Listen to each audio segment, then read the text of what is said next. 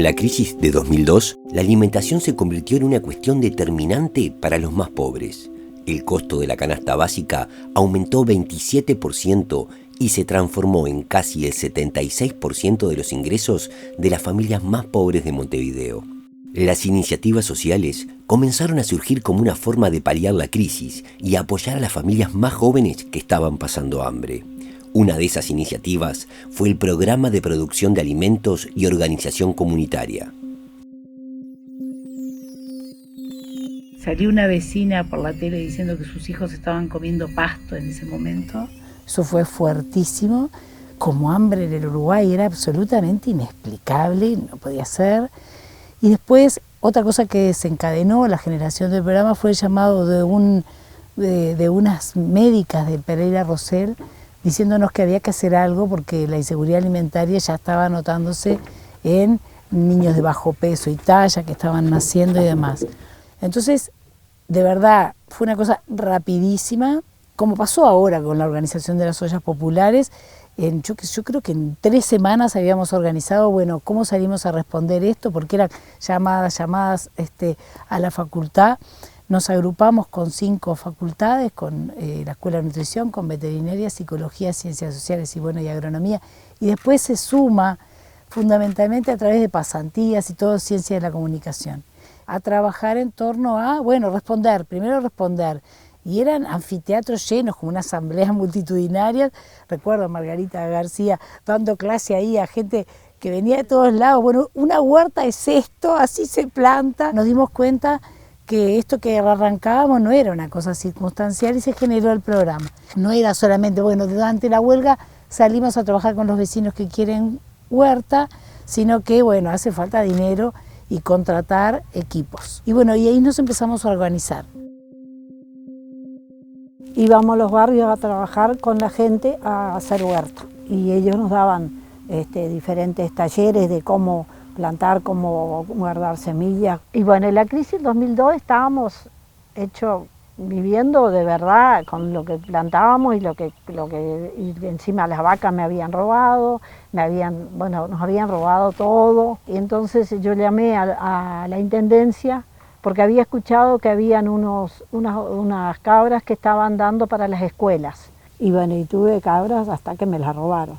Hacía queso y eso me ayudó un montón porque de verdad con 4 gurises la tierra no da para todo, porque uno trabaja pero había que tener algún ingreso. Mi gurises decía, mamá, ¿de qué nos hiciste hoy los buñuelos? ¿De qué yuyo nos hiciste los buñuelos? Porque de verdad yo me las arreglaba bien con la comida. Los gurises no pasaron hambre nunca. Ellos siempre dicen, de verdad vos pudiste sacarnos a flote con la comida. Yo intentaba de todas maneras cambiarles el gusto, hacerles cosas y ellos eran muy responsables además. Eran con respecto a, si había 20 milanesas ese día, eran para 2 días. Sabían que ellos no podían comer más que una por día.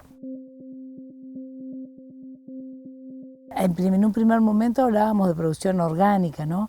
Pero rápidamente nos pasamos a la agroecología porque vimos que la pata política estaba presente y esto de la soberanía alimentaria, ahora con el cuento de Josefina te das cuenta que más soberanía alimentaria, ¿verdad?, que poder generar tus propios alimentos. Conseguimos organizarnos en 5 zonales, que eran, Colón Sayago, Paso de la Arena, Cerro, con una experiencia muy potente en el Cerro, Villa García le llamábamos, pero a todo el eje de la Ruta 8, y Costa, porque del área metropolitana, en la Costa de Oro, digamos, Ciudad de la Costa más que nada, también había explotado todo.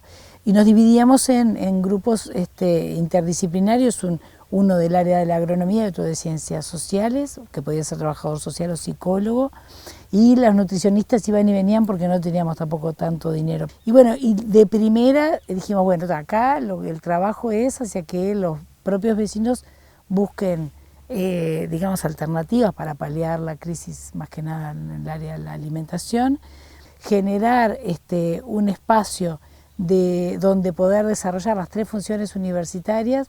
Por eso nosotros creemos que fue uno de los primeros programas integrales, porque de verdad había extensión, de hecho, enseñanza y también se generaban bastantes trabajos de investigación. y bueno, y contribuir a fortalecer las redes de los vecinos.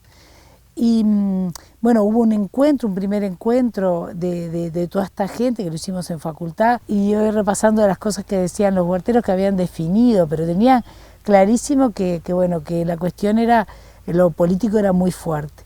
Las personas que se arrimaban en general no eran los más vulnerables, era gente que tenía, digamos, una experiencia, una trayectoria de trabajo, que había pertenecido a sindicatos, ¿verdad?, o que estaba organizada en ollas populares, porque bueno, de alguna forma, hace bien poquito que llegamos con las huertas a, de verdad, los que están caídos del sistema totalmente, con la facultad. Ahí también hubo gente que perdió el trabajo, que fue una crisis que hubo gente que perdió el trabajo, entonces no sabía qué hacer, desesperada, arrancándose los pelos, y como terapia muchos lo hicieron. Y bueno, registro en este censo que te contaba que habíamos hecho, de uno de los datos que le preguntábamos es, bueno, ¿cuánto te parece que la huerta aporta, cuánto aporta a la alimentación cotidiana? ¿Cuánto de verdad de alimento pudiste generar?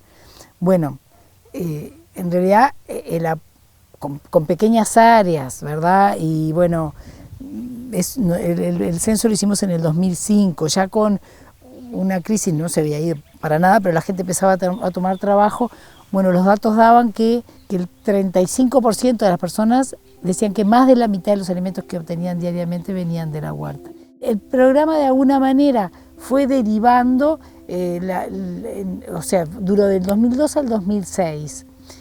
Terminamos con un encuentro imponente, no sé si te acordás, en el Paraninfo de la universidad, que fue internacional, un encuentro que le llamamos nosotros, ahí reclamábamos política pública. Ya nos dábamos cuenta que había que esto acompañarlo de programas, porque estaba la Intendencia y la universidad tratando de paliar, bueno, pero bueno, después viene la generación de otras cosas, ¿no? Pero era claro que había que generar política pública al respecto.